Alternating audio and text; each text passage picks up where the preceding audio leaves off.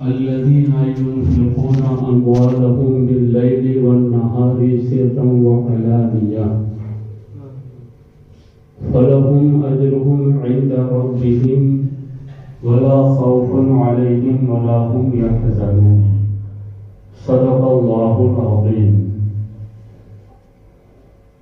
آغاز گفتگو سے پیشتر ہم اور آپ مل کر عقیدت و محبت کے ساتھ ہمارے اور ساری کائنات کے مرکزی عقیدت آفتاب رسالت ماہتاب نبوت مصطفیٰ جامع رحمت مالک جنت سرکار احمد مجتبی محمد مصطفیٰ صلی اللہ تعالی علیہ وسلم کے نورانی دربار میں بآواز بلند درود و سلام کا ہدیہ پیش کرے اور پڑھے.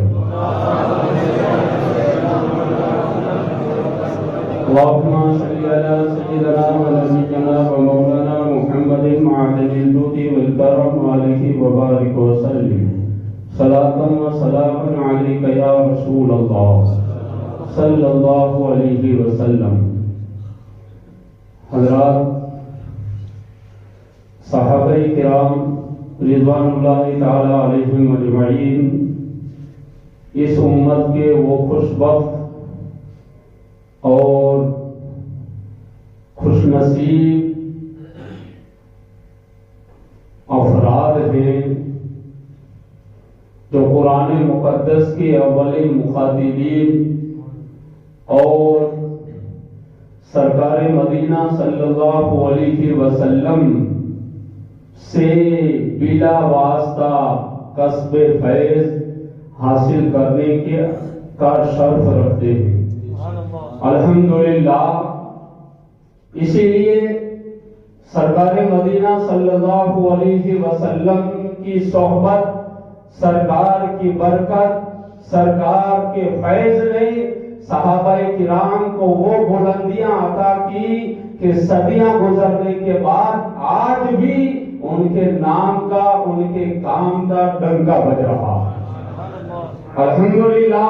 اور ان صحابہ کرام میں 4 یار تو ایسے ہیں جن کا شہرہ، جن کی عظمت، جن کا چرچا آج جگہ جگہ ہو رہا ہے.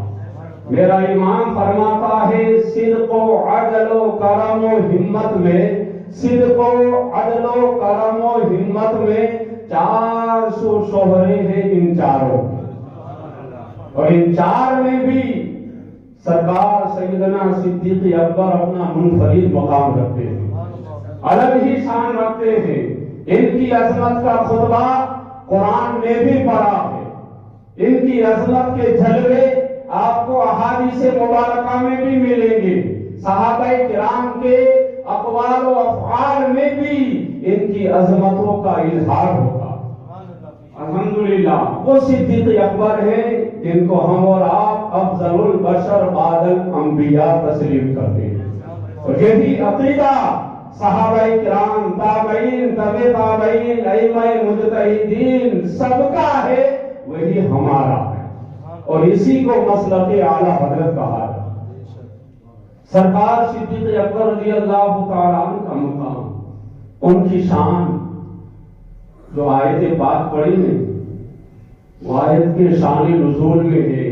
ایک مرتبہ سرکار صدیق اکبر رضی اللہ تعالیٰ عنہ کے پاس 40,000 دینار تھے. 10,000 دینار انہوں نے رات میں خیرات کیے، 10,000 دینار دین میں خیرات کیے، 10,000 دینار چھپ کر کے خیرات کیے، اور 10,000 دینار ظاہر کر کے اعلانیہ خیرات کیے. یہ سخاوت ہے صدیق اکبر کی.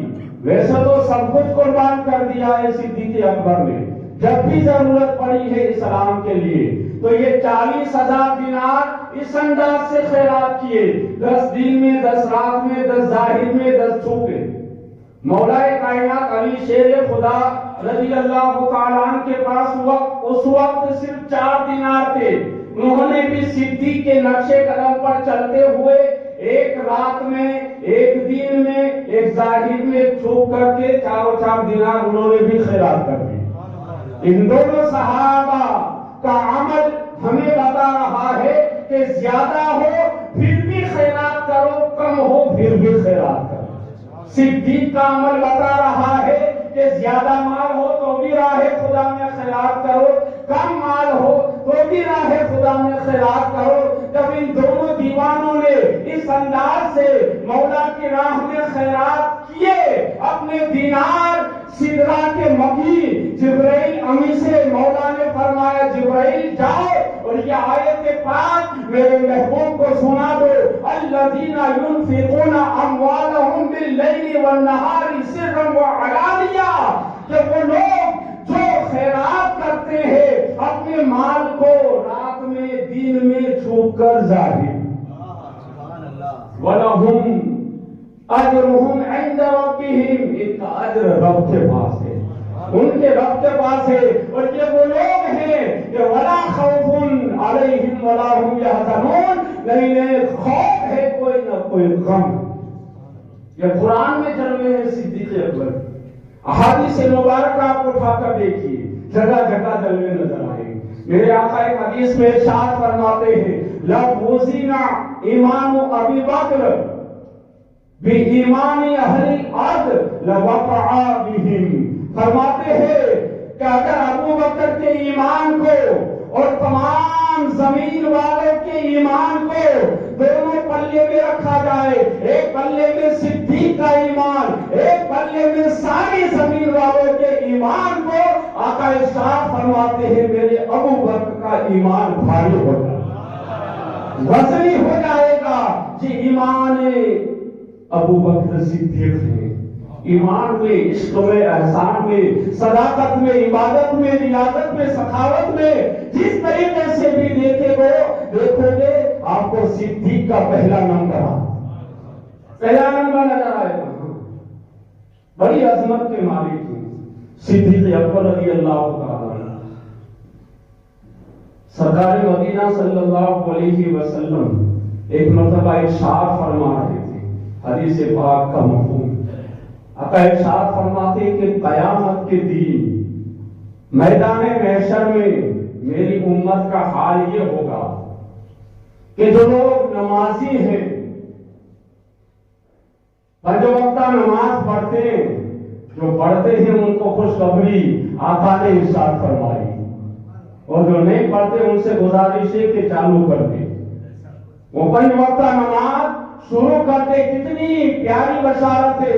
میرے آقا ارشاد فرماتے ہیں کہ جو نمازی ہیں وہ قیامت کے دن جب مولا اس کو جنت کی جانب بھیجے گا، نمازی ہے تو تیرے لیے جنت ہے۔ آقا ارشاد فرماتے ہیں جب وہ جنت کی جانب چلیں گے نمازی، تو وہاں جنت میں دروازے بنے ہوئے ہیں، وہاں دروازہ ہے کہ باب الصلاۃ، نماز کا دروازہ، وہاں سے آواز آئے گی اے نمازیوں یہ جنت میں جانے کا تمہارا دروازہ، یہاں سے داخل ہو جاؤ۔ پھر آقا فرماتے ہیں جو مجاہد ہوگا، جو جنہوں نے جہاد کیا ہے اللہ کی راہ میں، ان کے لیے باب الجہاد، جو روزے دار ہیں ان کے لیے باب الریان، جو زکات دینے والے ان کے لیے باب الزکات، اور جو صدقہ کرنے والے ان کے لیے باب الصدقہ۔ ہر ایک دروازہ ہے وہاں، جو عمل کر کے جائے گا بندہ اس دروازے سے آواز آئے گی ادھر سے جنت میں داخل ہو جا۔ حضرت صدیق اکبر جلوہ گر تھے، عرض کرتے ہیں یا رسول اللہ علیہ الصلوۃ والسلام، کوئی ایسا بھی امتی ہوگا آپ کی امت میں کہ جس کو ہر دروازے سے آواز آئے یہاں سے داخل ہو جا، یہاں سے داخل ہو جا، باب الصلاۃ، باب الجہاد، باب الزکات، کوئی ایسا بھی امتی ہوگا؟ آقا فرماتے ہیں ہاں ابو بکر بہت امتی ہوں گے اور ان میں تمہارا نام بھی شامل ہے، تم بھی اس میں شامل ہو۔ ایسی عظمتوں کے مالک۔ ایک آخری حدیث سنا دو، باقی سوالات بہت زیادہ ہیں، پھر آپ کہیں گے بھوک لگی ہے۔ ایک آقا و مولا صلی اللہ علیہ وسلم نے ایک مقام پر ارشاد فرمایا کہ 360 خصلتیں ایسی ہے، عادتیں، کہ اگر اللہ کسی کے ساتھ بھلائی کا ارادہ فرماتا ہے تو کسی ایک صفت سے اس کو متصف فرما دیتا۔ ایک صفت اس کو عطا کر دیتا ہے جس سے وہ بندہ جنت کا حقدار بن جائے گا۔ 360 خصلتیں ایسی ہیں۔ جب آقا نے ایک شاعت فرمایا تب بھی صدیق اکبر عرض کرتے ہیں یا رسول اللہ علیہ الصلوۃ والسلام، ان 360 میں سے کوئی ایک بھی میرے اندر بھی ہے؟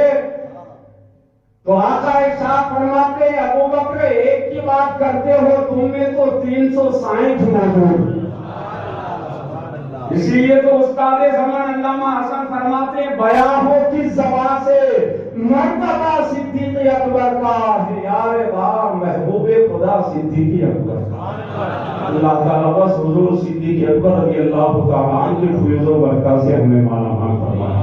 ابلا تاخیر حضور مفتی صاحب قبلہ سے مؤدبانہ پھر کرسی خلافت پر تشریف لائے، حضرت کا استقبال نعرہ تکبیر و رسالت سے کرے۔ نعرہ تکبیر، نعرہ رسالت، جشن صدیق اکبر، مسلک اعلیٰ حضرت۔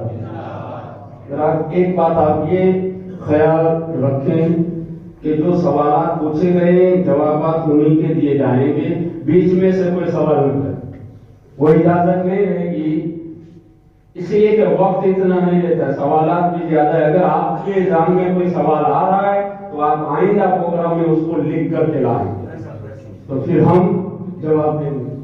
ہاں، بیٹی ہمیشہ کے لیے شاید رہے گی۔ جب بھی آپ کو کوئی ہو مسئلہ ذہن میں آئے کہ پوچھنا ہے تو بیٹی میں ڈال دے، کبھی کبھی مولانا منی صاحب چیک کر لیں گے، اگر ایسا کوئی اگر مسئلہ ہوگا تو پھر بھیجیں گے وہاں، پھر پروگرام رکھ دیں گے اپنے۔ ہاں انشاءاللہ دیکھیں متولی صاحب پاور میں اللہ تعالیٰ سب کو دین کا علم سیکھنے کی توفیق عطا فرمائے، جذبہ عطا فرمائے۔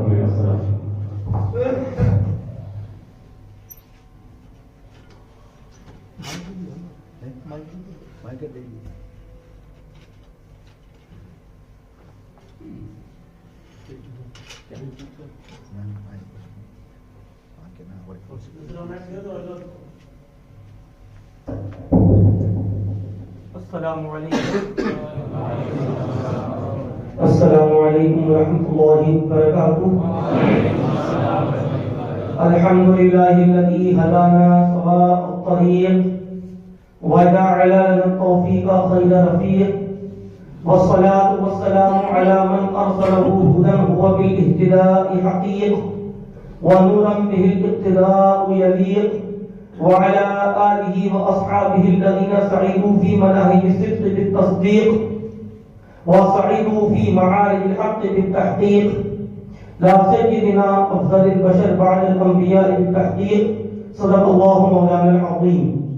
إن الله وملائكته يصلون على النبي يا أيها الذين آمنوا صلوا عليه وسلموا تسليما، صلی اللہ علیہ النبی وآلہ صلی اللہ علیہ وسلم، صلاۃ و سلام علیک یا رسول اللہ، مولایا صلی وسلم دائما ابدا علی حبیبک خیر الخلق کلہم۔ اللہ تبارک و تعالی کی بارگاہ میں دعا ہے کہ ہماری اس مبارک محفل کو اپنی بارگاہ میں اپنی حضور کرم سے قبول فرمائے۔ حضرت صدیق اکبر رضی اللہ تبارک و تعالی عنہ کی روحانی فیض و برکات سے ہم سب کو عشق رسول کا چھٹا نصیب فرمائے۔ اب میں حضرت مولانا احمد رضا صاحب قبلہ سے گزارش کروں گا کہ بلا تاخیر و سوالات کا سلسلہ شروع کریں۔ پہلا سوال ہے تجدید ایمان، تجدید نکاح اور تجدید بیعت کا طریقہ کیا؟ اگر کسی شخص سے معاذ اللہ کوئی ایسا کلمہ یا کوئی ایسا کام سرزد ہو گیا جس کی وجہ سے دوبارہ یعنی یہ کہہ لیجیے کہ اس پر کلمہ پڑھنا فرض ہو گیا، اسلام لانا دوبارہ اس پر فرض ہو گیا، تو اس کا کیا طریقہ؟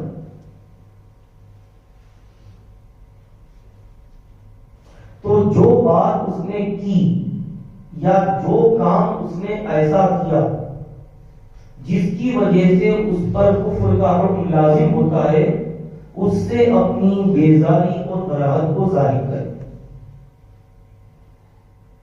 اور توبہ کرے، استغفار کرے اور پھر اس کے بعد اس طرح لوگوں کے سامنے کچھ لوگوں کو اگر وہ چاہے تو سامنے رکھ کر جو گمراہی جو کفر بول پڑا یا کوئی کفر والا فعل صادر ہو گیا کوئی کفری کام اس سے ہو گیا تو ان تمام چیزوں سے وہ توبہ کرے استغفار کرے کلمہ پڑھے اس طرح وہ پھر سے اسلام میں داخل ہوگا. یہ ہوا تجدید ایمان. اب ہے تجدید نکاح. اس صورت میں جو میں نے بتایا تجدید نکاح کا طریقہ یہ ہے کہ دو باشرہ گواہوں کو یا ایک باشرہ مرد اور دو عورتوں کو گواہ بنا کر مرد اور عورت ایجاب و قبول کریں. مثلا مرد یہ کہے کہ میں نے تجھ سے نکاح کیا اتنے مہر پر، عورت یہ کہے کہ میں نے اتنے مہر پر تم سے نکاح کو قبول کیا. یہ ہے تجدید نکاح. اور تجدید بیعت، تجدید بیعت کی صورت میں کرنی پڑے گی. اس کا طریقہ بھی وہی کہ کسی پیر کامل کے ہاتھوں میں وہ ہاتھ دے چکا اور ان کا مرید ہو چکا تھا تو کفر کی وجہ سے وہ بیعت ٹوٹ گئی. اب دوبارہ اگر وہ چاہے تو اسی پیر سے یا کوئی دوسرا پیر کامل کوئی مرشد کامل موجود ہے تو اس سے چاہے تو پھر سے وہ بیعت کر سکتا ہے. مرید بننے کے لیے کتنی عمروں کی ضروری ہے؟ کم سے کم اگر کوئی چھوٹا بچہ ہے، زیادہ کی تو کوئی قید نہیں، کم سے کم اتنا چھوٹا بچہ کہ جو سمجھ بوجھ رکھتا ہو کیا میں بول رہا ہوں کیا کر رہا ہوں عبادت کیا ہے نماز کیا ہے، اگر وہ اتنی سمجھ بوجھ رکھتا ہے اتنا چھوٹا بچہ اگر کسی پیر کامل کے ہاتھ میں ہاتھ دے کر اس کا مرید ہو جائے گا تو شرعاً وہ مرید کہلائے گا. اور اگر اس سے بھی چھوٹا بچہ ہے اور اس کے باپ نے اس کی طرف سے کسی کو پیر کامل کے ہاتھ میں اس کا ہاتھ دے کر اس بچے کو اس کے باپ نے مرید کر لیا تو بھی وہ مرید مانا جائے گا. ٹھیک ہے. کسی عورت کی لاش ملی تو کیسے پتا کرے کہ مسلم ہے یا غیر مسلم؟ جس عورت کی لاش ملی اور یہ معلوم کرنا ہے کہ مسلمان ہے یا نہیں تاکہ مصنون طریقے پر اسے غسل دیا جائے کفن دیا جائے مسلمانوں کے قبرستان میں دفن کیا جائے، یہ معلوم کرنا ہو تو ایسی صورت میں پہلے تو اس کے پہرویش سے پتا چل سکتا ہے کہ مسلمان عورت تھی یا کافر. اگر برقع ہے اسلامی لباس ہے جس سے یہ اندازہ لگے کہ یہ مسلمان عورت ہے گمان غالب ہے تو پھر اسلامی طریقے پر اس کے ساتھ سارے کام کیے جائیں گے. اور اگر چاندلا ہے یا جو کفار کی عورتوں کے جو کپڑے ہوتے ہیں خاص جیسے یہ چوئنی وغیرہ جو کہتے ہیں لال کلر کی، تو اس قسم کے وہ لباس جس سے یہ معلوم ہو سکے کہ یہ مشرکہ عورت ہے تو پھر اسے چھوڑ دیں گے. فرض کر لو کہ اس میں کوئی ایسی علامت نہیں، اس کے لباس وغیرہ سے اندازہ نہیں لگا سکتے، یعنی جو لباس ہے وہ کافرہ بھی پہنتی ہے مسلمان بھی پہنتے ہیں مسلمان عورت بھی پہنتی ہے، تو اب یہ دیکھا جائے کہ یہ کس محلے میں ہے، مسلمانوں کے محلے میں ہے یا کافر کے محلے میں. اگر مسلمان کے محلے میں تو پھر اسے مسلمانوں کے طریقے پر سارے امور انجام دیں گے، اور کفار کے محلے میں بھی تو اب اس کے ساتھ کوئی اسلامی مدعے کے ساتھ جو اسلامی کام کیے جاتے ہیں وہ اس کے ساتھ نہیں کیا جائے گا، مگر یہ اس وقت جب اس کا کوئی جان پہچان والا موجود نہ ہو اور اجنبی عورت ہو تب. نیاز کی رقم کسی دوسرے کار خیر میں استعمال کر سکتے ہیں یا نہیں، اور اگر کی تو دونوں کا ثواب ملے گا یا جس میں خرچ کی اسی کا ہے؟ دیکھیے نیاز صرف کھانے کا نام نہیں. نیاز کا عام طور پر ہم لوگ جو مطلب سمجھتے ہیں کسی بزرگ کے نام پر ایصال ثواب کرنا، یہ نیاز. اگر آپ نے کسی غریب کو سرکار غوث پاک کی بارگاہ میں نظر پیش کرنے کے لیے کسی غریب کو دیا تو وہ بھی نیازی ہے. اس لیے بزرگان دین کی نیت کر کے جو ثواب پہنچایا جاتا ہے اس کو کہتے ہیں عرف میں نیاز. یہ کھانا جو ہم سمجھتے ہیں نیاز یہاں نماز وہاں، یہ مراد نہیں ہے. ٹھیک ہے، تو نیاز کا معنی شرعی وہی جو میں نے آپ کو بتایا. لہذا اگر جو شخص اپنی سوچ کے مطابق غوث پاک یا کسی بھی بزرگان دین کی نیت سے، یعنی ان کو کھلانے ہی کی نیت سے اس نے پیسہ الگ رکھا، پھر اس نے دیکھا کہ یہاں اس کام کی ضرورت ہے، مثلا مدرسہ بن رہا ہے، مسجد بن رہی ہے اور وہاں اس پیسے کو دینے کی ضرورت ہے، تو وہ کھلانے کے بجائے اگر اس مسجد میں غوث پاک کی نیت سے یا مدرسے کی تعمیر میں غوث پاک کی نیت سے دے گا تو اسے دینے کا بھی ثواب ملے گا، بزرگان دین کی بارگاہ میں اثار ثواب بھی ہو جائے گا اور یہ شرعی نیت بھی کہلائے گا. تو تمام چیزیں ہو جائیں گی. یہ جو ہم نیاز کا مطلب کھانا سمجھتے ہیں وہ صرف نیاز صرف کھانے کا نام نہیں، جو بھی بزرگان دین کی نیت سے آپ کسی غریب کو یا کسی نیک کام میں دو وہ نیازی کہتے ہیں. ایک طلاق میں کیسے صلح ہوگی اور 2 طلاق میں کیسے ہوگی اور 3 طلاق پڑ جائے تو کیا کریں؟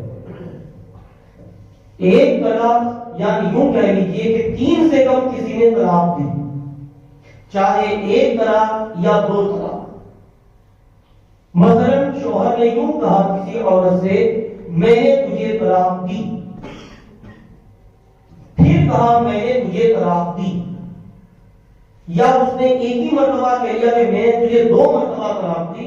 حالانکہ کہنا گناہ ہے، حرام ہے، لیکن مسئلہ کیا ہے میں بتاؤں کہ کسی نے عورت سے کہا کہ میں نے تجھے 2 مرتبہ طلاق دی، یا اس مہینے 1 بار طلاق دی، پھر آئندہ مہینے پھر 2 بار طلاق دی، تو پھر 2 طلاق پڑی.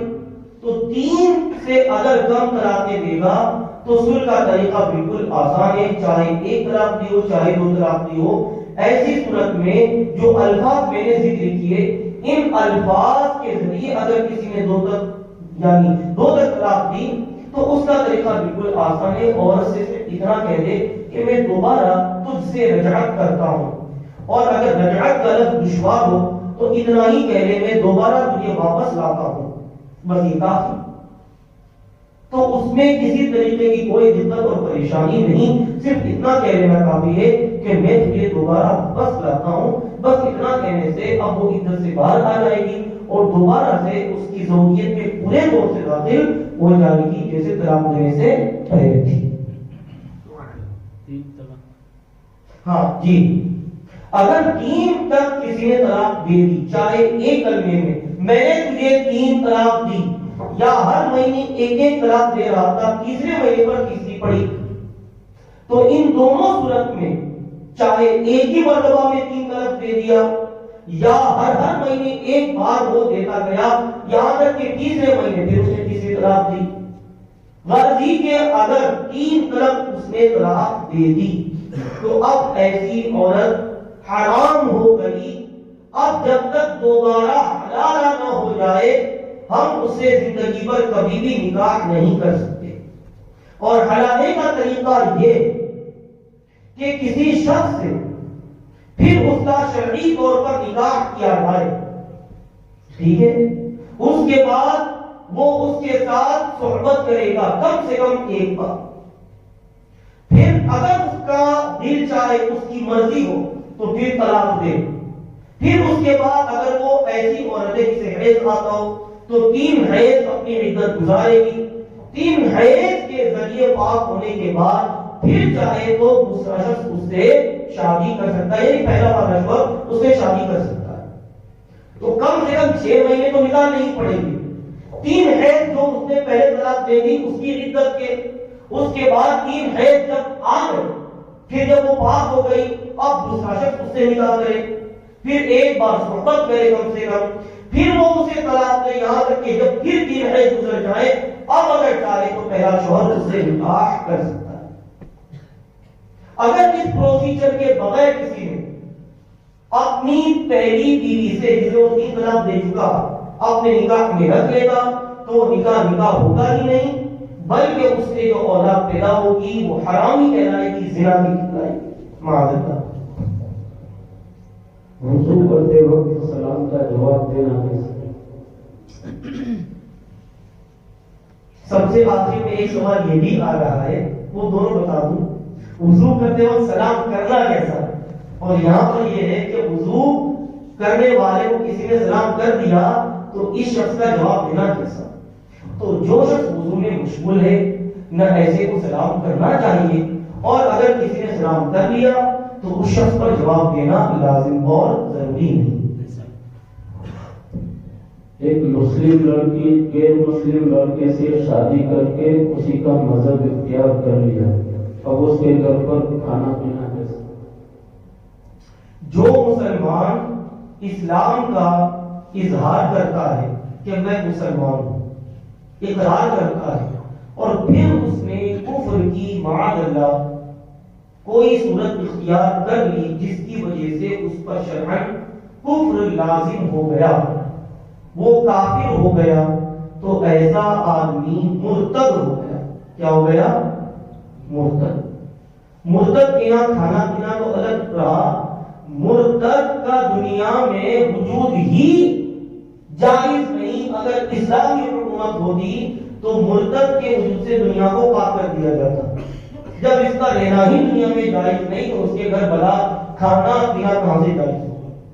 اس سے وہ حضرات سبق حاصل کریں جن کی کسی طرح جو ہے وہ وہابیوں دیوبندیوں سے رشتہ داریاں ہوتی ہیں۔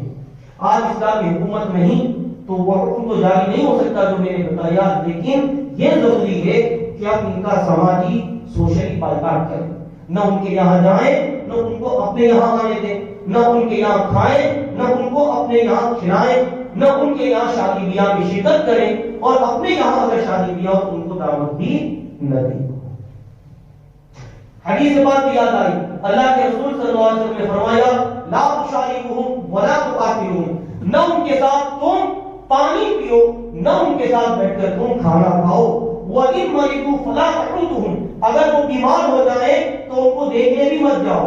وَإِن مَاتُوا فَلَا تُصَلُّوا عَلَيْهِمْ، اگر وہ مر جائیں ان کی نماز جنازہ بھی مت پڑھو۔ وَلَا تُصَلُّوا مَعَهُمْ، نہ ان کے ساتھ تم مل کر نماز پڑھو۔ اتنا حکم ہے، یہ حکم صرف ان کا ہے جو گمراہ ہوں گا۔ کن کا ہے؟ یہ حکم ان لوگوں کا ہے جو گمراہ ہیں اور کافر نہیں۔ تو جو اسلام کا اظہار کر کے کافر اور مرتد ہو گیا اس کا کتنا سخت حکم ہوگا۔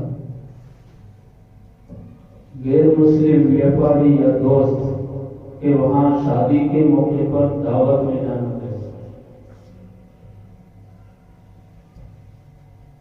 ایک بار پھر،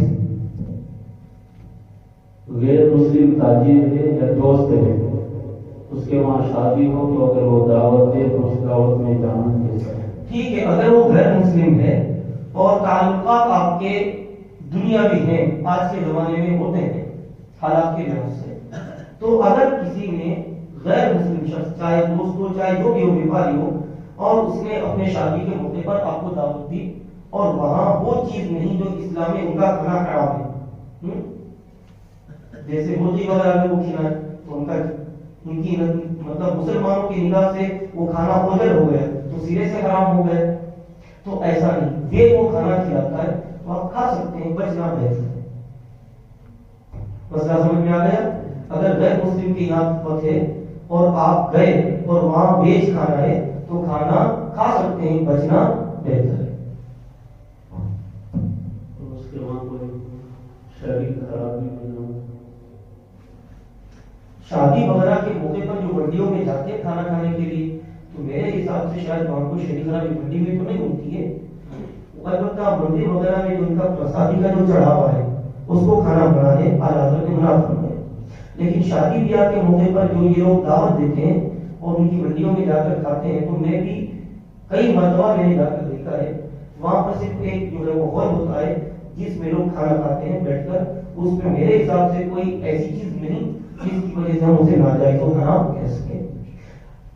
اچھا، اگر وہ مندر میں فرض تو ہم بالکل نہیں جائیں گے، یا ان کی پرسادی کا جو کھانا ہے، جیسے ہم جس کو عبادت کا کھانا کہتے ہیں یا جس کو نیاز کا کھانا کہتے ہیں، اسی لیے لوگ پرسا بھی کرتے ہیں، تو نیاز پر کھانا وہ ہر کسی نے کرے۔ ہمارے گھر کے پاس 3-4 مسجدیں ہیں، تو ہر مسجد کی اذان کا جواب دینا واجب ہے؟ کسی بھی مسجد کی اذان کا جواب دینا واجب تو ہے ہی نہیں۔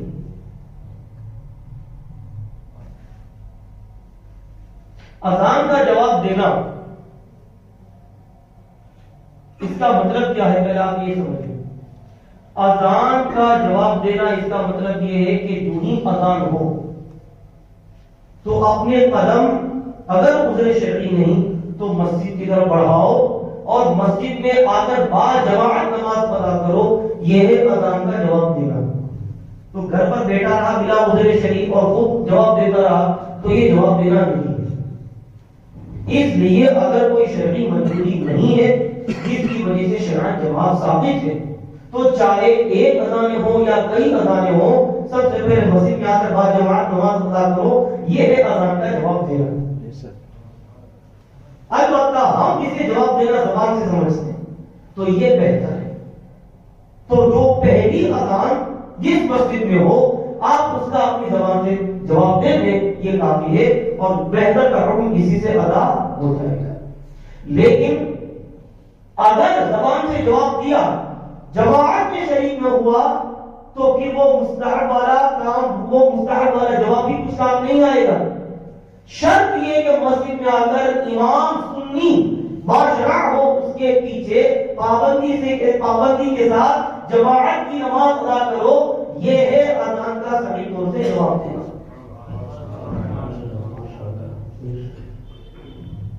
اذان کے وقت باتیں کرنا یا موبائل دیکھنا کیسے؟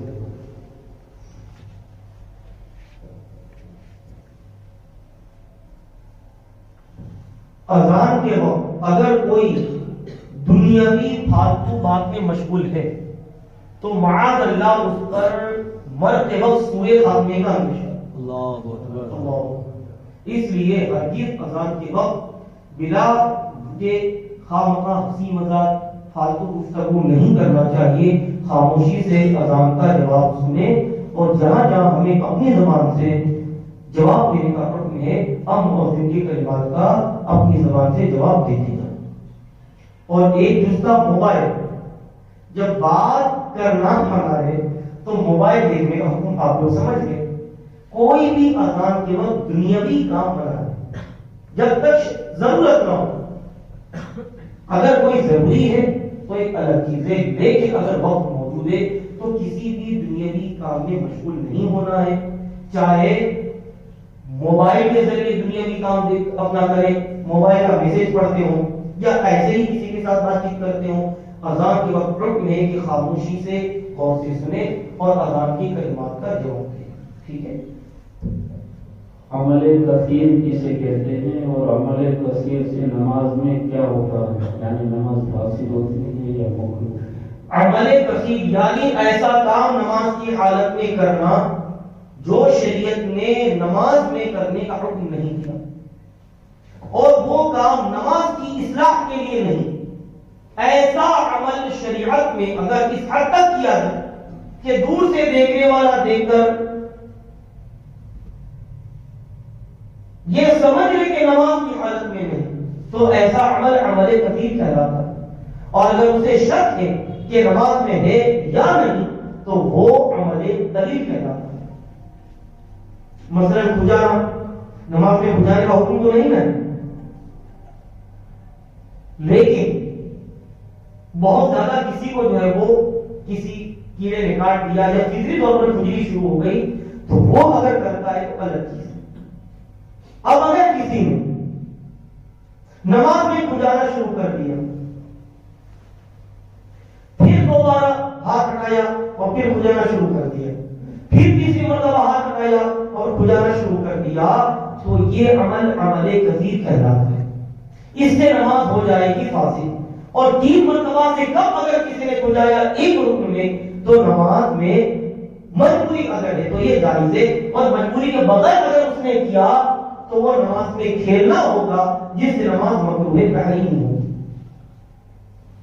پھر سے سن لیجیے، جو کام کسی نے نماز میں کیا شریعت نے اس کے کرنے کا حکم نہیں دیا، یا وہ کام نماز کی اصلاح کے لیے نہیں، جیسے امام صاحب سے غلطی ہوئی تو کسی نے لقمہ دیا، ظاہر ہے کہ یہ بول رہا ہے نا، امام صاحب کو بتا رہا ہے کہ آپ سے یہ غلطی ہو گئی، تو وہ جو بول رہا ہے کیوں بول رہا ہے؟ یہ اس کی نماز درست کروانے کے لیے امام صاحب کی، کہ امام کی نماز درست ہوگی تو مقتدیوں کی نماز درست ہوگی، تو یہ کام ہوا اصلاح نماز کے لیے۔ سبحان اللہ، الحمدللہ، اللہ اکبر، جو بھی جو ہے وہ لقمے دینے کے طریقے ہیں۔ تو یہ جو کام کر رہا ہے یہ نماز کی درستگی کے لیے کر رہا ہے، تو وہ عمل کثیر نہیں۔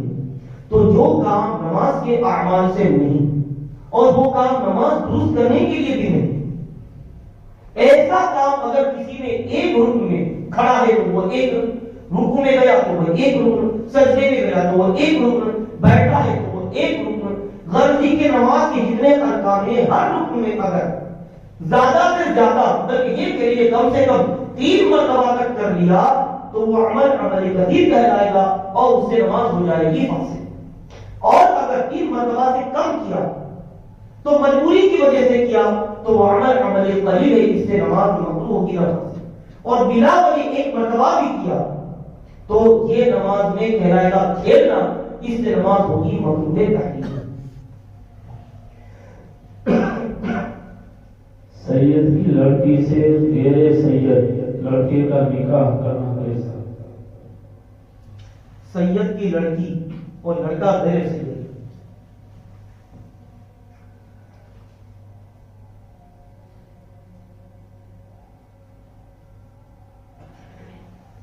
سید جو حضرت فاطمہ زہرا رضی اللہ تعالیٰ کی اولاد سے، علوی جو ماں فاطمہ کے علاوہ حضرت علی رضی اللہ تعالیٰ کی دیگر ازواج سے، عثمانی حضرت عثمان غنی کی اولاد سے، حضرت عمر کی اولاد سے وہ فاروقی، حضرت صدیق اکبر کی اولاد سے جو ہے وہ ہے صدیقی، یہ سب کے سب نکاح کے معاملے میں عربی کیا ہے؟ عربی، کیونکہ ان کا نسب آخر میں جا کر عرب سے ملتا ہے، ٹھیک ہے؟ تو عرب کا نکاح غیر عرب سے نہیں ہو سکتا کہ یہ اس کے لیے شرعن، اب تھوڑا سا اور وضاحت سے میں سمجھا دوں۔ ایک لفظ ہے کفو، کفو کا مطلب کیا ہوتا ہے؟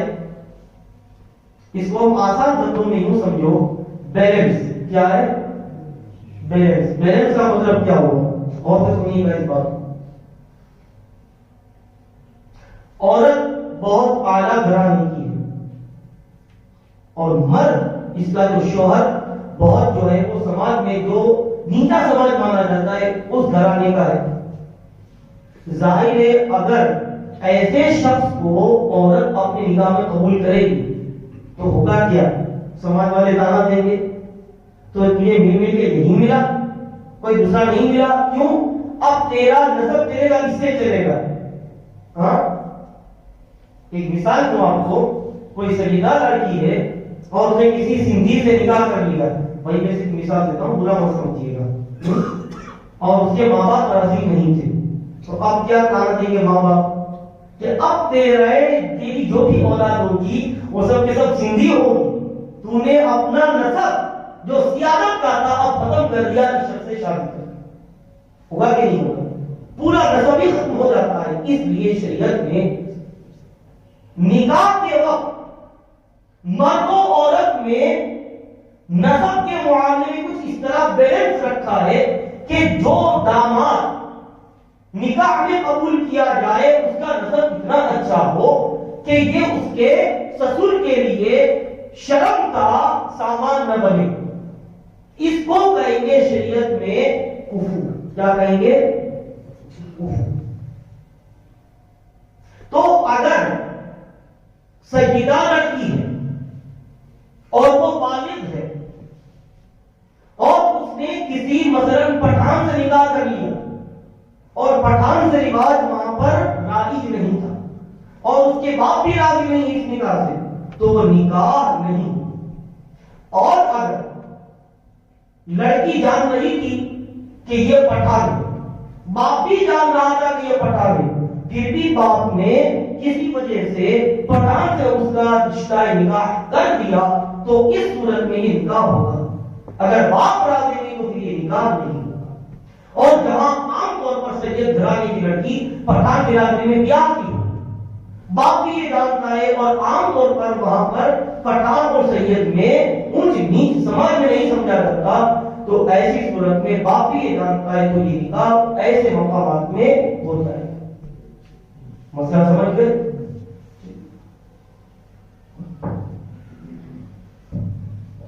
چائنیز کھانا کھا سکتے ہیں؟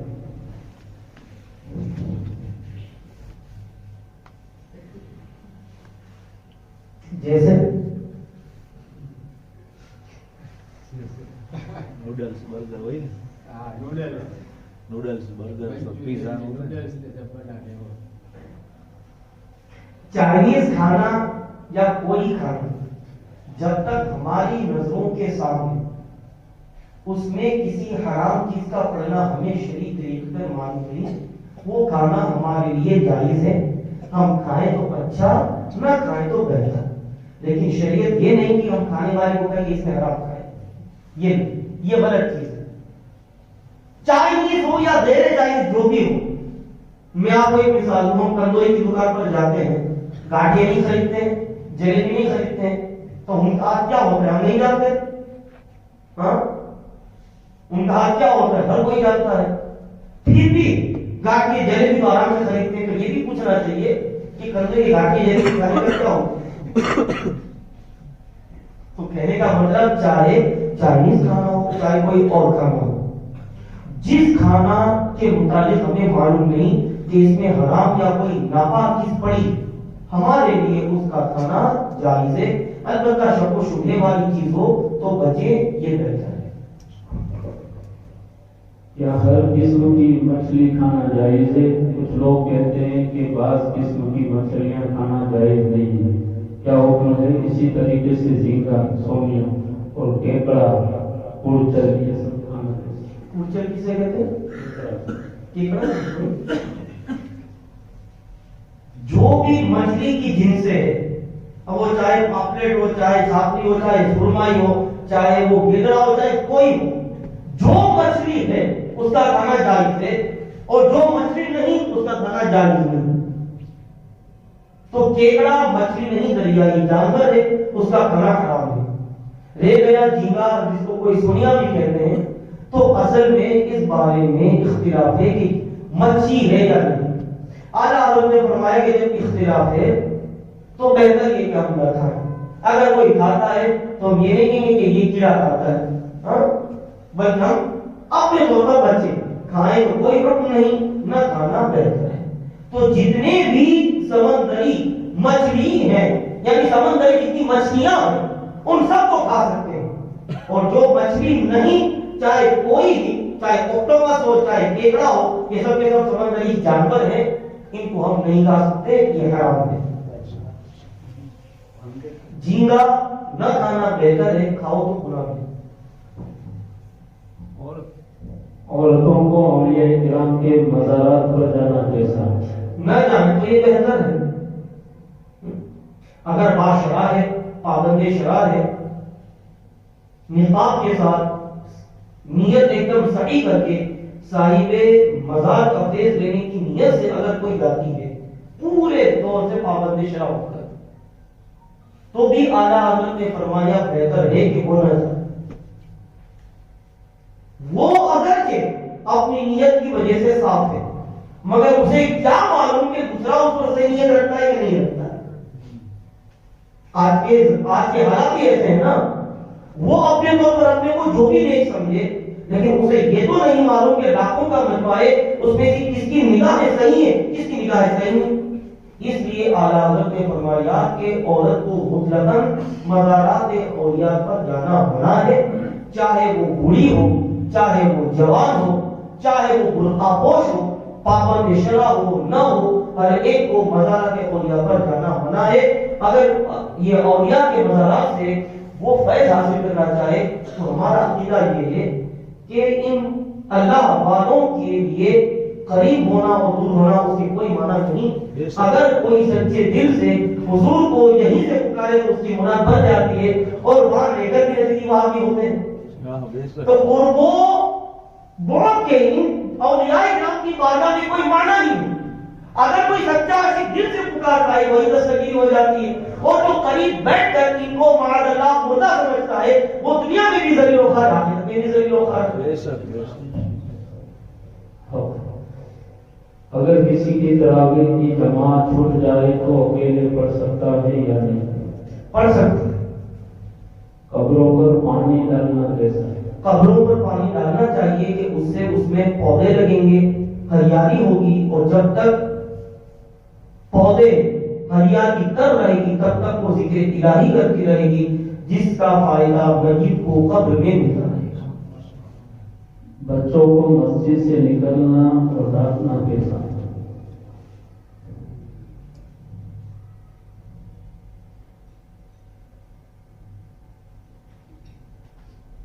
یہ بھی پوچھنا چاہیے کہ مسجد کو ڈانٹنے والے کے لیے کیا ہو, بچوں کو ڈانٹنے والے کے لیے کیا ہو. دیکھیے بچے دو طرح کے ہوتے ہیں. کچھ وہ بچے رہتے ہیں جو سمجھدار ہوتے ہیں, نماز کیسے پڑھی جاتی ہے, اس میں خاموش رہا جاتا ہے, تکبیر کیسے کہی جاتی ہے, قیام کیسے کیا جاتا ہے, وہ یہ جانتے ہیں.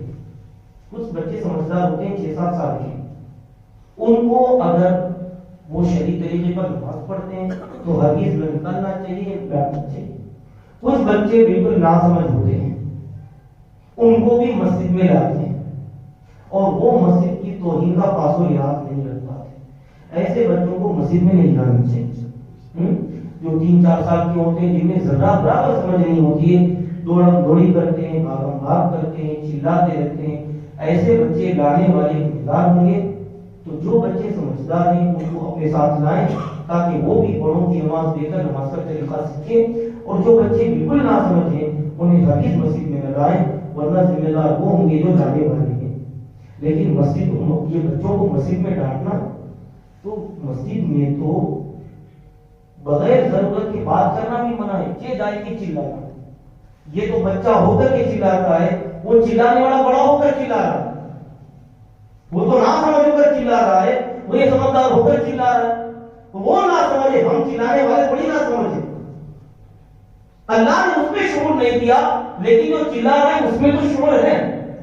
اس لیے بچے کے والد کو آہستہ سے پیار و محبت سے منع کر دے, اور والد کو بھی چاہیے نہ سمجھ بچے کو کوئی متولی وغیرہ ہمیں پیار و محبت سے سمجھائے تو وہ بھی جھگڑنے پر آمادہ نہ ہو جائے. ہاں دیکھتا ہوں تم کیسے اپنے بچے کو لاتے ہو, باہر کھڑے رہو, میں دیکھتا ہوں. یہ سب نہیں ہونا چاہیے. جو اللہ رسول کی شریعت نے حکم دیا وہ سب پہ لازم ہے ہر ایک کو وہ کرنا.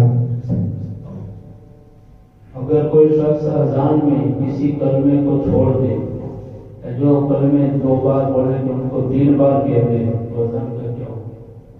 جو کلمہ اس سے چھوٹ گیا تو اس کو دوبارہ دوہرا لیا جائے, بات ہو گئی. اور جو کلمہ 2 کے بجائے 3 مرتبہ بھول سے اس نے کہہ دی تو اذان تو ہو گئی. البتہ جو زائد بات کلمہ اس نے کہہ دیا وہ نہیں کہنا چاہیے تھا, لیکن اذان جو مسنون ہے وہ ادا ہو گئی, دہرانے کی ضرورت نہیں ہے. 4 رکعت نماز پڑھ رہا تھا, دوسری رکعت میں سورہ ناس پڑھی, تو تیسری اور چوتھی رکعت میں کیا پڑھی؟ وہ 4 رکعت نفل تھی کہ 4 رکعت فرض تھی؟ وہ کس لیے؟ دیکھیں نفل میں ایک سورت کی تکرار, نفل اور سنت غیر مؤکدہ, اس میں ایک سورت کو بار بار پڑھنا یہ مکروہ بالکل نہیں. سورہ اخلاص کو آپ سورہ یہ سنت غیر مؤکدہ اور نوافل میں بار بار پڑھو, کوئی بات نہیں. لیکن فرائض واجبات اور سنت مؤکدہ ان میں ایک سورت کو بلا عذر ہر رکعت میں وہی پڑھنا یہ مکروہ تنزیہی بلا عذر. لہذا اگر سورہ ناس پڑھ لی تو اب عذر موجود ہے, تو اب ہر رکعت میں وہی سورت پھر پڑھے, اس میں شریعت میں کوئی حرج نہیں, کوئی کراہت تنزیہی تک نہیں. ٹھیک ہے.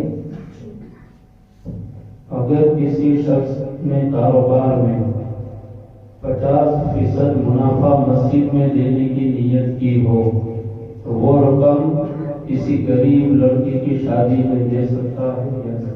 ہاں اگر 50% اللہ کرے کسی کی ایسی نیت ہو 50% منافع کی رقم مسجد میں کسی کی دینے کی نیت ہے اور ادھر کسی غریب بچی کا نکاح ہو رہا ہے اور وہاں پر زیادہ ضرورت ہے اور مسجد کے پاس کافی بیرکس ہے تو حکم شرع یہی ہے کہ جہاں زیادہ ضرورت ہو وہیں پر وہ رقم لگائی جائے. صرف نیت سے وہ مال وقف نہیں ہوتی. ٹھیک ہے. اللہ کے ایسے لوگ بھی ہوں جو 50% منافع کی رقم مسجد میں دینے کی تمنا رکھتے ہیں. اگر کسی کی فرض نماز کی جماعت چھوٹ جائے تو گھر پر بیوی بچوں کے ساتھ جماعت سے نماز پڑھ سکتا ہے؟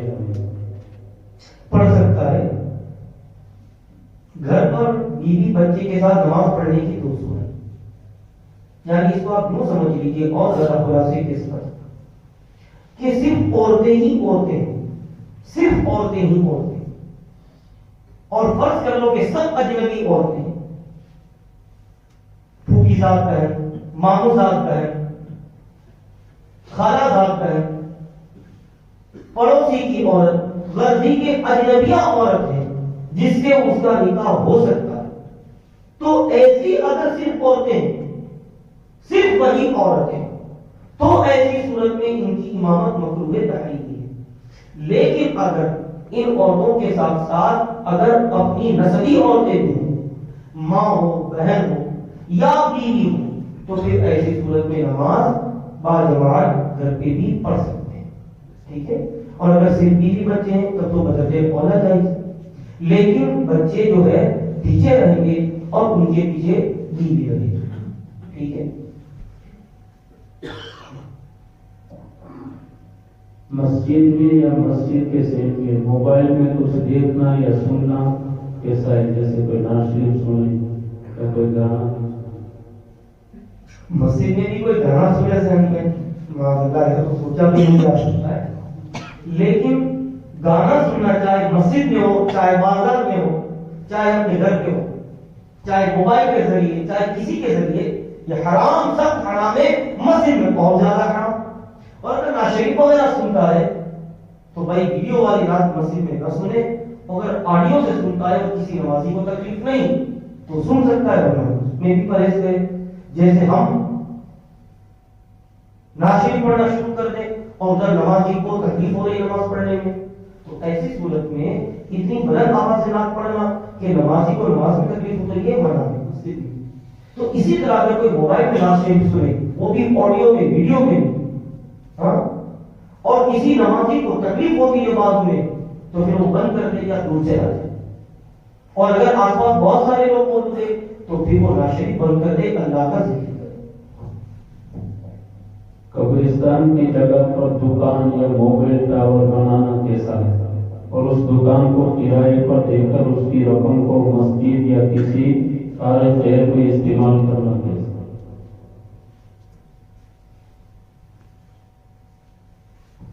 جو قبرستان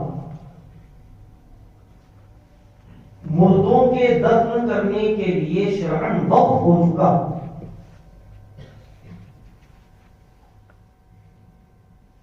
اور وہ وقف کیسے ہوگا؟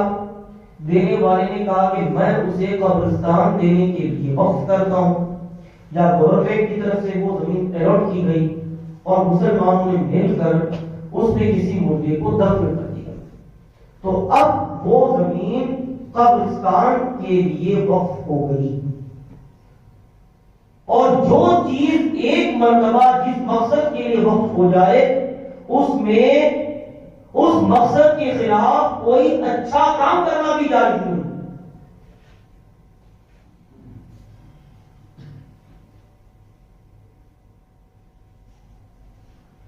یہی صحن ہے. اب اگر کوئی یہ چاہے کہ اس صحن میں دکانیں بنائے تو یہ منع ہے.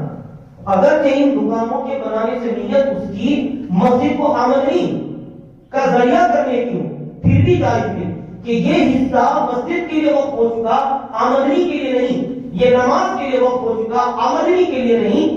اس لیے اگر کوئی اس حصے کو جو خاص نماز کے لیے وقف ہو چکا اگر مسجد کے کرائے کی نیت ہی سے دکان بنائے تو بھی حرام ہے. اس لیے جو زمین قبرستان کے لیے وقف شرعی طور پر ہو گئی ایسی زمین پر دکان بنانا جس کا فائدہ قبرستان ہی کو ہو یا مسجد کو ہو یا کسی بھی کارے خیر میں، یہ ناجائز ہے، گناہ ہے۔ مقصد وقت کو اس سے پھیرنا جائز نہیں۔ وقت جس مقصد کے لیے وقت ہو چکا اسی میں استعمال کریں گے، دوسرے مقصد کے لیے ہم اسے استعمال نہیں کر سکتے۔ اگر بہت زیادہ قبرستان کو، مسجد کو آمدنی کا کسی مسلمان کے دل میں جذباتی شوق ہے تو ایسی صورت میں قبرستان کی زمین ہی کیوں یاد آئی؟ چندہ کر کے کچھ جو ہے وہ زمین لے لے مسجد کے نام پر اور پھر وہاں دکان بنا کر اس کا کرایہ مسجد کے لیے استعمال کریں۔ بغیر ٹوپی کے نماز پڑھنا کیسا اور ٹوپی نہ پہننا یہ کسی فرقے کی نشانی؟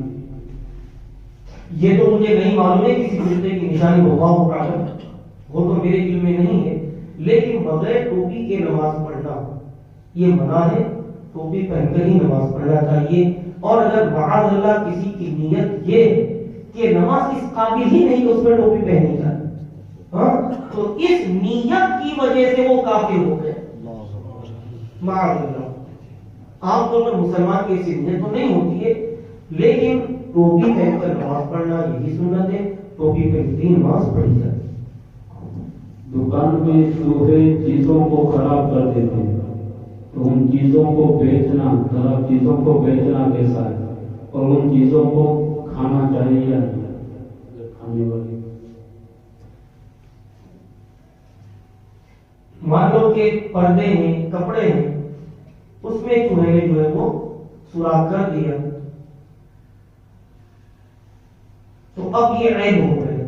کیا ہو گیا؟ جس کو آپ بیچنا چاہیں پہلے اسے عیب دکھا کہ بھائی دیکھو اس میں یہ عیب ہے، پھر اگر وہ اس کے باوجود بھی اس کپڑے کو لے لیتا ہے، اس پردے کو لے لیتا ہے تو بالکل جائز، لیکن آپ نے وہ عیب دکھائے بغیر اسے دے دیا تو اس صورت میں یہ گناہ ہے۔ جب وہ دیکھ لے گا گھر جا کر اس کو تو چوہے نے کاٹ دیا اتنا حصہ، تو اسے شریعت نے یہ اختیار دیا کہ چاہے تو اپنی قیمت واپس لے کر یہ کل کا کل مال آپ کو واپس دے دے، ٹھیک ہے؟ تو اگر پردہ ہے جس کو ہم خالی میں استعمال کر سکتے ہیں، کپڑے ہیں جس کو جسم کے باہر ہم استعمال کرتے ہیں، اور کسی نے اس میں چوہے نے اس میں جو ہے اپنا کام کر لیا اور دکھا کر کے کسی نے اسے دیا، پھر بھی لینے والے نے لے لیا تو یہ بیچنا بھی جائز ہے۔ اور اگر مان لو کھانے کی کوئی چیز تھی اور وہ جمی ہوئی تھی تو جہاں پر وہ نشان موجود ہے اس کے آس پاس جو حصہ ہے اس کو پھینک دے، باقی حصہ کھائے۔ کوتر نہ میرے خیال سے کھانے کو کسی چیز میں نہیں ہوگا، وہ ہوگا تو وہی اسی چیز میں ہوگا، لیکن اگر کھانے میں کتے یہ چوہے نے کچھ نقصان پہنچا دیا اور وہ پتلی نہیں تھی، وہ چیز جمی ہوئی تھی، تو آپ کو اگر طبعی طور پر گن ہوتی ہے تو اس کے آس پاس کی چیز پھینک دے، باقی چیز آپ لوگ استعمال میں لا سکتے ہیں۔ جو راشن گھر میں جمع کیا جاتا ہے 1 سال کے لیے 2 سال کے لیے، اگر وہ راشن والے نصاب پر پہنچ جائے تو اس میں زکوٰۃ فرض ہوگی یا نہیں؟ راشن یہ ضروریات کی چیزیں، ٹھیک ہے، چاہے 1 سال کی ہو چاہے 2 سال کی، جب اس میں خرید و فروخت کی نیت نہیں ہے تو ایسی صورت میں بھلے وہ نصاب ایک تو کیا کئی نصاب کے برابر ہو جائے اس پر زکوٰۃ نہیں ہے۔ جو پلاٹ بیچنے کے لیے خریدا گیا ہے اس میں زکوٰۃ کیسے نکالے؟ پرانی قیمت یا حال کی قیمت پر؟ مثلا 5 لاکھ میں خریدا تھا، 7 لاکھ آ رہے ہیں، 7 لاکھ آ رہے ہیں تو 7 لاکھ پر نکالیں گے یا 5 لاکھ؟ دیکھیے جو پلاٹ آپ نے پہلے خرید لیا بیچنے ہی کی نیت سے، ٹھیک ہے، تو ہر دن ہم بھی جانتے ہیں کہ زمین مکان پلاٹ کے بھاؤ بڑھتے ہی رہتے ہیں، تو جو آپ کا نصاب کا سال ہے جب وہ دن آ جائے، جب وہ سال اور مہینہ آ جائے، اس وقت اس کی جو بازاری قیمت ہوگی اس پر زکوٰۃ لازم ہوگی۔ بار کے مان لو کہ 600 روپے 1000 روپے اپنے یہاں چلتا ہے وارت کہتے ہیں نا، فٹ جی فٹ، فرض کرو کہ کسی کو لے لیجیے وائی کے جی ایم میں اس وقت جو ہے جو آگے کا حصہ ہے اس کے جو ہے وہ 1000 فٹ کے چلتے ہیں، اور جو پیچھے کے ہیں اس میں کہیں 600 کہیں 824، تو کسی نے 5 سال پہلے لیا تو بالکل مفت میں لیا تھا، لیکن اس کی نیت بیچنے ہی کی تھی، وہ بیچنے کی نیت سے لے لیا، اور آج اگر وہ بیچنے جائے تو اس کی بازاری قیمت، بازاری ویلیو ہی ہے یہ کیا کہتے ہیں 1000 روپے فٹ کے حساب سے، تو اس لحاظ سے جو اس کی قیمت ہوگی اس پر وہ زکات دے گا۔ اب اگر 1000 کو اس نے 1500 میں بھی بیچا تو بیچنے کے بعد جو رقم ہے اس پر تو زکات ہوگی، مگر بیچا نہیں، ابھی ویسے ہی پڑی اور اس کی مارکیٹ ویلیو 1000 فٹ ہے تو اس حساب سے وہ زکات دے گا، اور اگر بیچ لیا تو پھر جتنے روپے آئے اسی پر زکات ہوگی۔ دیوبندی امام کے پیچھے نماز پڑھنا کیسا ہے اور سنی اور دیوبندی میں کیا فرق ہے وضاحت فرمائیں، اور اگر وہابی مسجد میں آئے تو اس کو نکالنا کیسا؟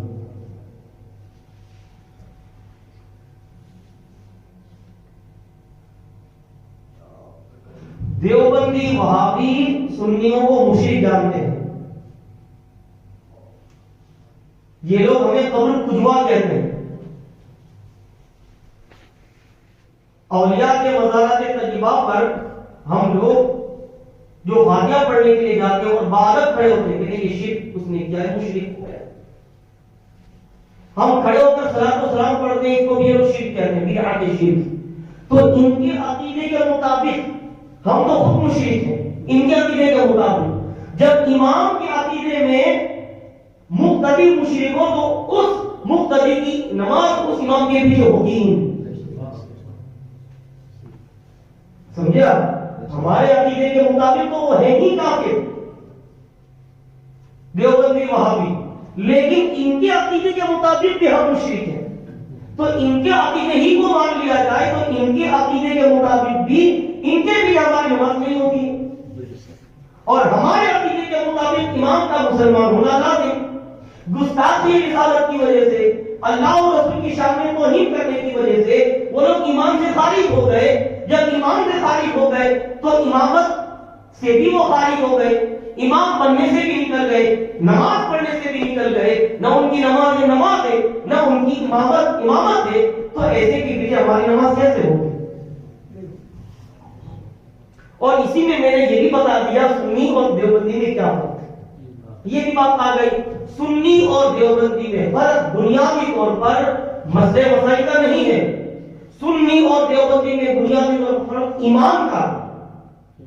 مسلمان وہ ہے جو اللہ اور اس کے رسول کی عظمت کائنات میں اپنے دل میں سب سے زیادہ جانتا ہے، مانتا ہے، اور اللہ اور رسول کی شان میں اگر کوئی ادنا سے گستاخی اور توہین کرے تو ہم اسے کافر سمجھتے ہیں، دین اسلام سے خارج سمجھتے ہیں، اور یہ وہ لوگ ہیں جو اللہ اور رسول کی شان میں کھلی گستاخیاں کرتے ہیں یا ان گستاخی کرنے والوں کو اپنا پیشوا مانتے ہیں، معاذ اللہ رب العالمین۔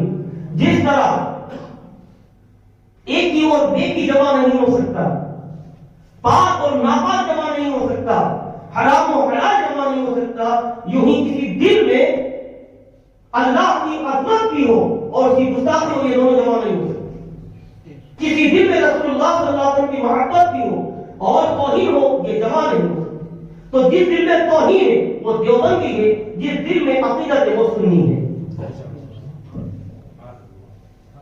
مسجد سے بھی نکال سکتے، جی مسجد سے بھی ان کو نکال دیں گے۔ خود حدیث پاک میں آیا، مجھے یاد آ رہی ہے حدیث، یہ غالباً 11ویں یا 12ویں پارے کی آیت ہے۔ اللہ تبارک و تعالی نے ارشاد فرمایا، نحن نعلمهم، ہم انہیں جانتے ہیں، اس طرح کی کچھ آیت ہے۔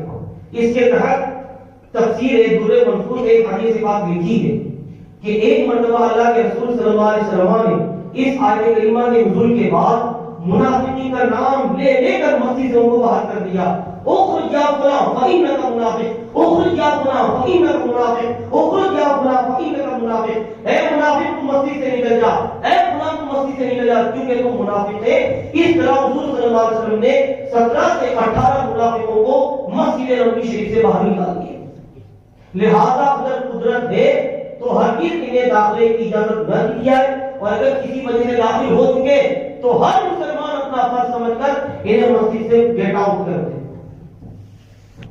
جمعے کے دن خطبے میں بیچنے کا صحیح طریقہ؟ یہ اچھا سوال ہے. فتاوی عالمگیر میں لکھا ہے یستحب ان یقعد فیہا کما یقعد فی الصلاۃ. بہتر یہ کہ خطبے میں یوں بیٹھے جیسے نماز کی حالت میں بیٹھتا ہے. تو نماز میں کیسے بیٹھتے ہیں؟ قاعدے کی حالت میں جس طرح بیٹھتے ہیں اس حالت میں خطبے کی حالت میں بیٹھے. یہ مستحب ہے. پہلے خطبے میں آپ باندھتے ہیں دوسرے میں چھوڑتے ہیں. ٹھیک ہے. ہمارے یہاں میں نے ہر جگہ پر یہ رواج دیکھا گجرات میں کہ پہلے خطبے میں ہاتھ باندھتے ہیں دوسرے خطبے میں ہاتھ چھوڑ دیتے ہیں. ایسا نہیں ہے. خطبے کی حالت میں اعلیٰ حضرت رضی اللہ عنہ نے یہ لکھا ہے خطبات رضویہ میں کہ جس طرح نماز کی حالت میں قعدے کے وقت بیٹھتے ہیں اس کی حالت پر خطبے میں بیٹھے کہ یہ مستحب ہے. اور آپ نے یہ عالمگیری کا حوالہ دیا. پیر اور مرشد میں کوئی فرق ہے یا دونوں ایک ہی؟ آپ لوگ کچھ فرق سمجھتے ہیں پیر اور مرشد میں؟ کوئی بتائے گا کہ پیر اور مرشد میں آپ اپنے ذہن میں کیا سمجھتے ہیں؟ اگر کسی کے ذہن میں کچھ ایسا ہو تو بتاؤ آپ لوگ کیا سمجھتے ہیں؟ پیر کیا ہونا چاہیے؟ جو پیر ہے وہی مرشد, جو مرشد ہے وہی پیر ہے. سید ہونا پیر اور مرشد ہونے کے لیے ضروری نہیں. جو غیر سید ہے اور پیر ہونے کی جو شرطیں ہیں اس پر وہ پورا اترتا ہے تو وہ پیر ہے. اور سادہ دے گیا سبحان اللہ ضرور آیا ہو تو پیر ہو اور مرشد ہو, اس کا معنی کیجیے دونوں میں کوئی فرق نہیں. مرشد کا نام پھر کیوں آیا؟ مرشد کا مطلب ہوتا ہے ہدایت دینے والا. تو پیر اپنے مرید کو گناہ سے توبہ کروا کے نیکی کی ہدایت دیتا ہے, اس لیے اس کو مرشد کہتے ہیں. ٹھیک ہے.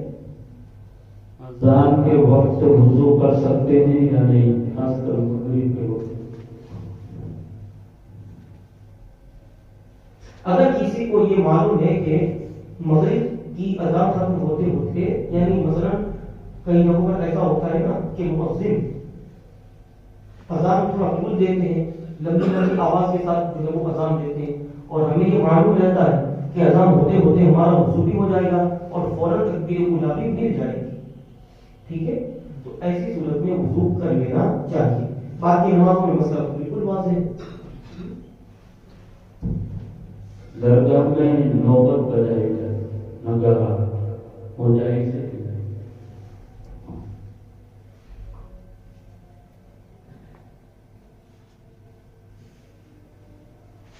دیکھیے نوبت نگارے ہیں جو بجائے جاتے ہیں وہ کون سے حرام ہیں؟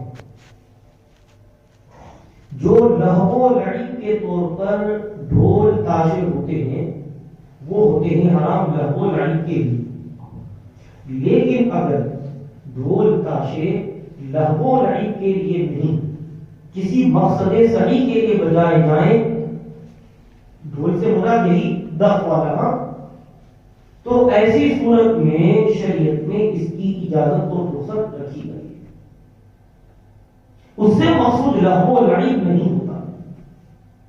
مثلا علامہ شامی رحمۃ اللہ علیہ نے لکھا ہے کہ پہلے جب جہاد کا وقت تھا تو اس وقت جب جہاد کا اعلان کرنا ہوتا تو نوبت بجا بجا کر مسلمانوں کو جہاد کے لیے جمع کیا جاتا. یا ماضی قریب میں جب روزہ افطاری کرنے کا وقت آیا اس وقت بھی مسلمانوں کو اطلاع دینے کے لیے کہیں پر بم جو ہے پھوڑا جاتا اور بہت سی جگہوں پر جو ہے وہ یہ نوبت بجائی جاتی. سحری کا وقت ختم ہو گیا یہ بتانے کے لیے بھی نوبت بجائی جاتی ہے. تینوں وقت میں صبح کے وقت شام کے وقت اللہ کی یاد دلانے کے لیے کہ اب اللہ کی یاد کا وقت آ گیا ہے, یہ دن نکل چکا ہے, خانے غفلت سے بیدار ہو جاؤ, اللہ کی یاد میں مشغول ہو جاؤ, یا یہ دن ڈھلنے جا رہا ہے اگر عبادت نہ کی ہو اللہ کا ذکر نہ کی ہو تو اب کرنے لوگوں اس نیت سے بھی بہت سی جگہوں پر اللہ کی یاد دلانے کے لیے بھی نوبت بجائی جاتی ہے.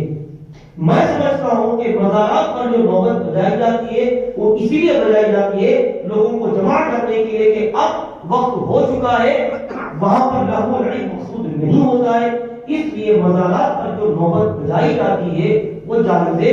لیکن اگر پیپوڑی ہے تو پیپوڑی جائز نہیں, پیپوڑی جائز نہیں, ان کو کیا کہتے ہیں سارنگی شہنائی سارنگی یہ جائز نہیں، لیکن اگر صرف نوبت بجا کر لوگوں کو جمع کیا جاتا ہے اور لوگ مل کر صلاۃ و سلام پڑھتے ہیں، دعا حالی کرتے ہیں سائے خدا کے آستانے پر، اور ہمارے یہاں کچھ لوگوں کا بھی رواج ہے، حالانکہ اس موقع پر خیر نوبان وغیرہ کا رواج ایک الگ چیز ہے، مگر خاص لوگوں کو صلاۃ و سلام پڑھنے کے لیے اور مل کر دعا کرنے کے لیے بلایا جاتا ہے، تو یہ بھی ایک طرح سے اعلامیہ مقصد صحیح کے لیے، اس لیے ناجائز و حرام نہیں ہے۔ LIC کروانا جائز ہے یا نہیں؟ اگر نہیں تو میں نے کروا لیا اور رقم کا کیا؟ دیکھیے LIC کی جو بنیادی شرط ہے وہ کیا؟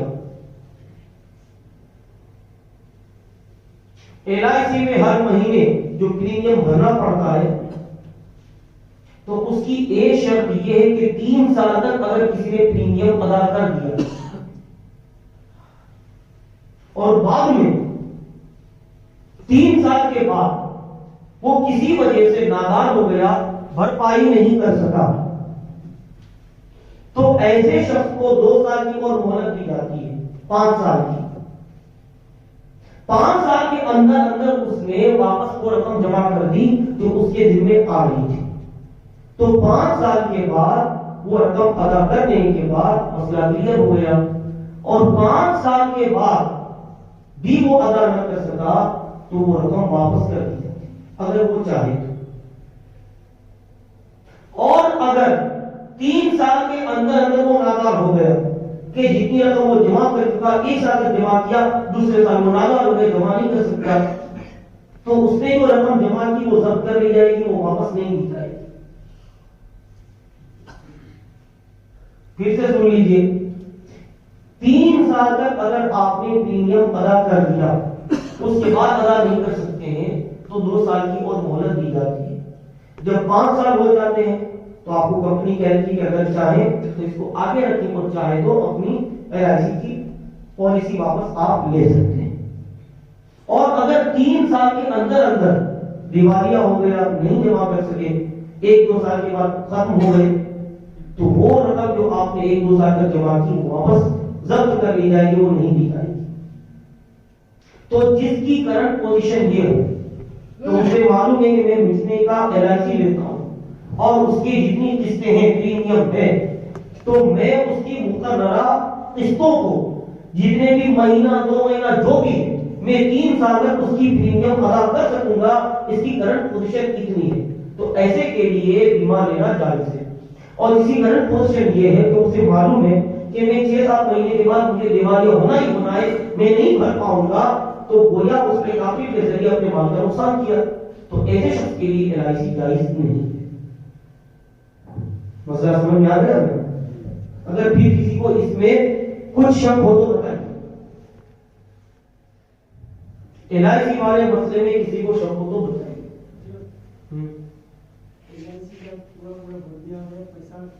ٹوٹل جو ریٹرن آتا ہے وہ آ چکا ہے، مان لیجیے 50,000 بڑا تھا، وہ ابھی بڑھ کے ہی آتا ہے، پورا نہیں آتا، مطلب 10-20 سال 10-20 ہزار زیادہ آیا ہے،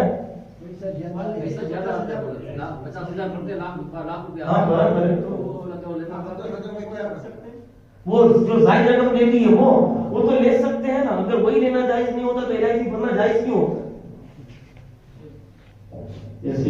وہ اصل میں کیا ہے، ہمارے یہاں کی جو کمپنیاں ہیں وہ زیادہ تر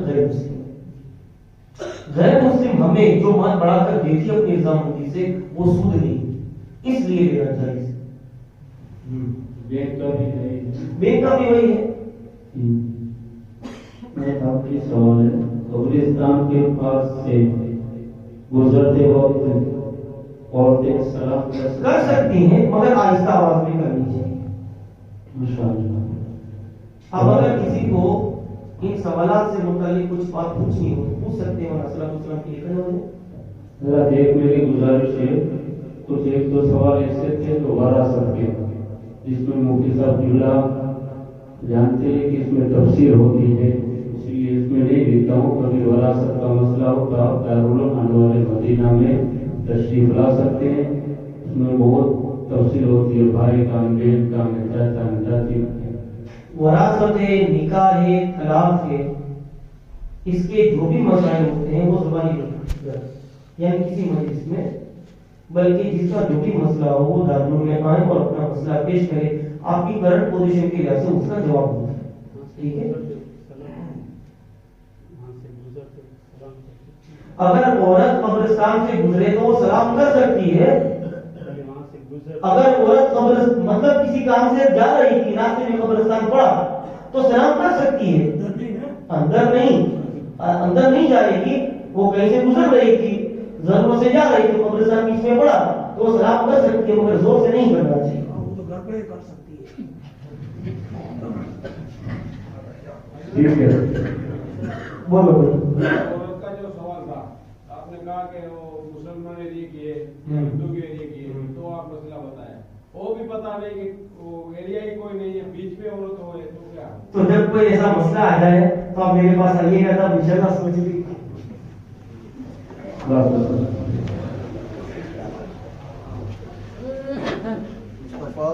جانے رحمت پیلا ہو سلام شمع بس میں ہدایت پیلا ہو سلام مصطفیٰ جانے رحمت پیلا ہو سلام شمع بس میں ہدایت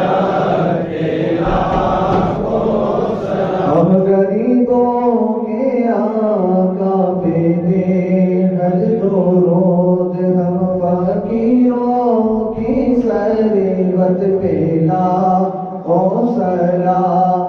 سایہ مصطفیٰ مایہ اصطفیٰ عز و نازی خلافت پہ لاکھوں سلام. ان کے مولا کی ان پر کروڑوں درود، ان کے اصحاب و عطرت پہ لاکھوں سلام. مصطفیٰ جانے رحمت پہ لاکھوں سلام شمع بز میں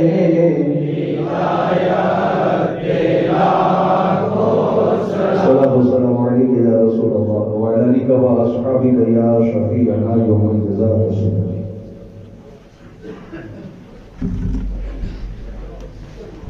اور اپنے درست شریف کے متوسل فاتحہ متوسل اخلاص کو کیسے چاہیے حضور کی بات میں نظر ہے حضور کے سب کے توسل تمام کرام اولیاء کرام صحابہ کرام حضرات مجرد تمام شہداء کرام تمام مرحومین مسلمین دلوں کو بھی سارے صحابہ خصوصی خصوص خلیفہ اول حضرت ابو بکر صدیق رضی اللہ تعالیٰ عنہ کی بات سمجھنے سے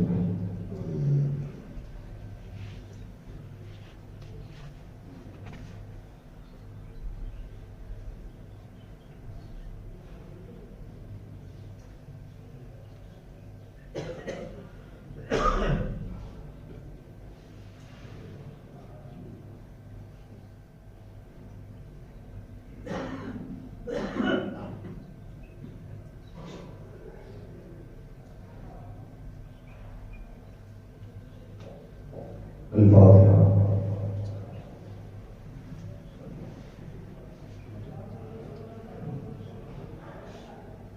یا الہی رحم فرما مصطفیٰ کے واسطے، یا رسول اللہ کرم کیجیے خدا کے واسطے.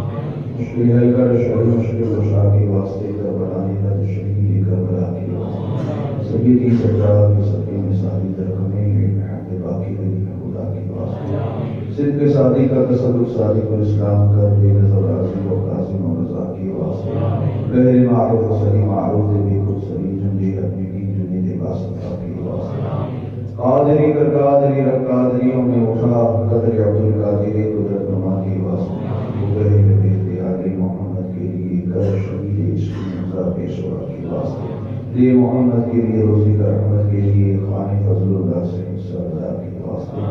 ان اللہ و ملائکتہ یصلون علی النبی یا ایھا الذین آمنوا صلوا علیہ وسلموا تسلیما. اللهم صل علی سیدنا مولانا محمد